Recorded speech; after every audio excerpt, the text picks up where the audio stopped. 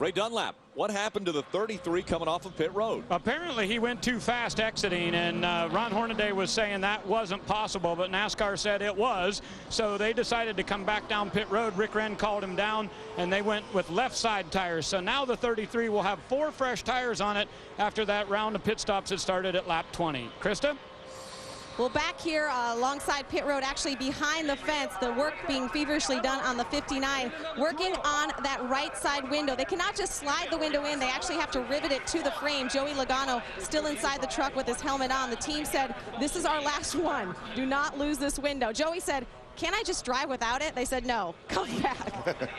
Well, the window isn't the problem. You could just slide another window in, but part of his cab is blowed off, Phil. Yeah, and that's really the part that holds the back of the window as well. So that's the whole reason that they're having to do all the modifications here. They have to get some paneling and put it to hold that in as we get ready to go back green. Remember that free air that I was telling you about that made all this speed? That's how violent it is. Remember a year ago or a couple years ago we saw Skinner's whole hood blow off. Yeah. Now the cab is blown off the 59 truck. So that goes to show you what all going on out there that we can't even see. 1, 2, and 3 when they came off of the racetrack and onto pit road. Stay 1, 2, and 3. Eric Darnell, Colin Brown, and Todd Bodine are still the top 3 running around Talladega. You got to appreciate the crews. They held serve. Those guys came in with the lead and they sent them right back out with the lead. Some differing strategy. You see the 51 of Kyle Busch there for a second. He was already looking to the outside, trying to gain back some of that ground he lost by taking on 4 tires. Exactly. Now Ron Hornaday also has 4 tires because of the pit road penalty, and we'll see how quickly he can make his way back towards the front. You guys, would you know that Ron Hornaday has led over 30% of all the laps run this season? That's pretty amazing. Over 30%. And he's 1 point back in the points. Who's the next closest guy in laps led to Ron Hornaday, would you think? Johnny Benson? Kyle Busch. Oh, he hasn't even run all the races. And he's led 15% of all the laps, and he wasn't even in part of those laps. What percentage of laps has he led of the laps he's been in? That I don't know. Well, now we see the 59 of Joey Logano back on pit road.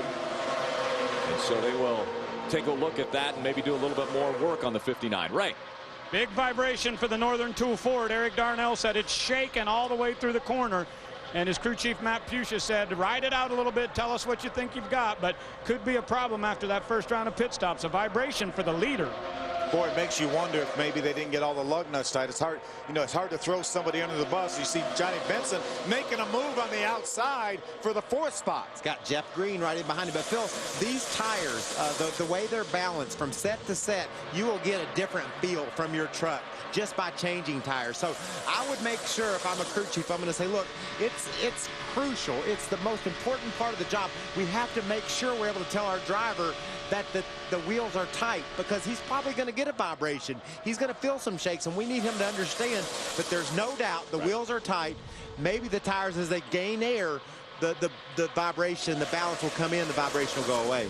You know, we've seen that 3rd line actually move a little bit quicker than the 2nd line. We just saw Kyle Busch make a move in the 3rd line and actually got in front of the 2nd line, but then that 2nd line seems to stall again. Well, the bottom line's the fast way, the 2nd line's next fastest, and the 3rd would be the slowest. It's just a shorter distance around this racetrack. There's so much grip, Rick, that the shortest way you can go ultimately will be the fastest way. But circumstances will allow that outside groove to make ground on the inside. Say a guy bumps one of the inside trucks and gets them a little bit loose, and they're losing their momentum a little bit. In the meantime, the outside line has a perfect bump draft, and they're able to make ground. So that's why I think it's important to understand you can't just dedicate yourself to one line or other. You've got to be ready to use them all.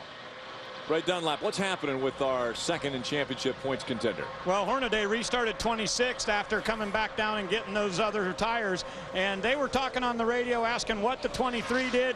And Kevin Harvick, the team owner, came on the radio and he said, listen, guys, everybody take a deep breath here. Let's get focused on what we're doing. And I don't want to hear the number 23 on our radio again. Today, we're focused on the 33 and winning this race. Adam?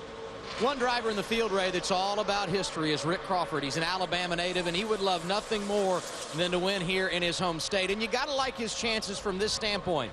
In the last 2 super speedway races, he's finished 2nd, that a year ago here at Talladega, and 5th in the spring at Daytona, and he looks good riding the top 5 here this afternoon. Krista? The 18 of Dennis Setzer was running 18th before that round of pit stops. He is currently up to 7th. One of the reasons they took right side tires only. And when Logano's window flew off, it actually happened right in front of Dennis Setzer. But he is running very well. His best start ever at this track. And right now, he is running very well. Ray? Let's talk about the number 6 truck at Colin Brown. They had a good pit stop there, but early in the race he said that his water temperature was up around 220, and right now that 6 truck is beginning to push a little bit of water out of the overflow. They're keeping their eye on it, but they are worried about it overheating here early on in this race. Well, life is good for Eric Darnell. He's got a teammate behind him. He's got a clear track ahead of him. But for everyone else, there's things you have to consider. Tucked in, running in second in line. There, the 99, or excuse me, the 6 of Colin Brown saying, my motor's getting hot. He has to decide, how much does he peek out to get a little air in there? What does he do? How does he manage this situation? There's always something to consider. See a little bump drafting right there. Mike Wallace gets in the back of Johnny Benson. Those guys are making some ground. That's the top 5 they've closed in on. So that second groove starting to move just a little bit. NASCAR's taking a peek in turns 3 and 4. There's been rumor that there might be some debris on the racetrack, but as to this point, we haven't seen the caution come out once again. And now we're hearing that the track has been cleared of all debris. At least they don't believe there's anything on the track. And we continue to go 2 and 3 wide around this 2.66 mile super speedway. Eric Darnell continues to lead. Welcome back to the Mountain Dew 250 presented on Speed by Toyota. Our aerial coverage is brought to you by Goodyear. Get there on silent armor technology with the strength of Kevlar for toughness and a comfortable ride.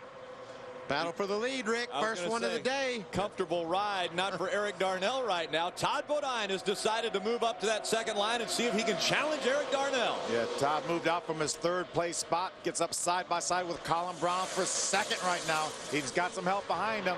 Got Johnny Benson behind him, Brian Scott, Brendan Gaughan, Chad McCumbee. Bunch of guys lined up behind him. Absolutely the closest anyone has come to busting up those first couple of trucks, and the guy running 3rd was the one decided to do it. He's tired of looking at those 2. 2 Toyotas nose to tail in the outside line. That's Todd Bodine. And then the 23 of Johnny Benson. That 16 also a Toyota this week with Brian Scott behind the wheel. And now they're side by side as they come out of turn number 4. This is a battle for the lead. Now will Johnny stay in Todd Bodine's tire tracks? He has to. If those 2 trucks want to get, if he wants that any chance of the lead at all, he's got to stay right behind Todd Bodine. So who's going to lead this lap? And that's Todd Bodine, it looks like. Across the start-finish line, Todd Bodine leads it by a whopping 25 one-thousandths of a second. The question is, what will Todd do if he ever clears the 99? Is he going to say, see you later, Johnny, I'm going to get down on the bottom? And that's the kind of thing that you have to work with the people that have helped you. He needs to make sure that Johnny Benson is able to clear before he pulls down in front. Those 2 are working well together now. Adam, what's going on with the 9 truck? He was up to 7th in the running order after a 4-tire stop at lap 19, but unfortunately he had to drop out of the draft. And the reason why, water temperature trying to get a little bit up there. So they decided to get back in some clean air, not tuck in the draft, and hopefully they can cool down that racetrack. There's Mike right there. He's on the inside, pulls up behind Mike Skinner in that 5 truck. Now he jumps back to the outside. That's Jeff Green and Curtis Keystruck. Now he's going to go in the middle. He's been on the inside, the outside, and in the middle in the space of about 3 football fields. He's been all over the place all day. I've watched this truck go from challenging for the top 5 to dropping all the way to the end of this lead pack.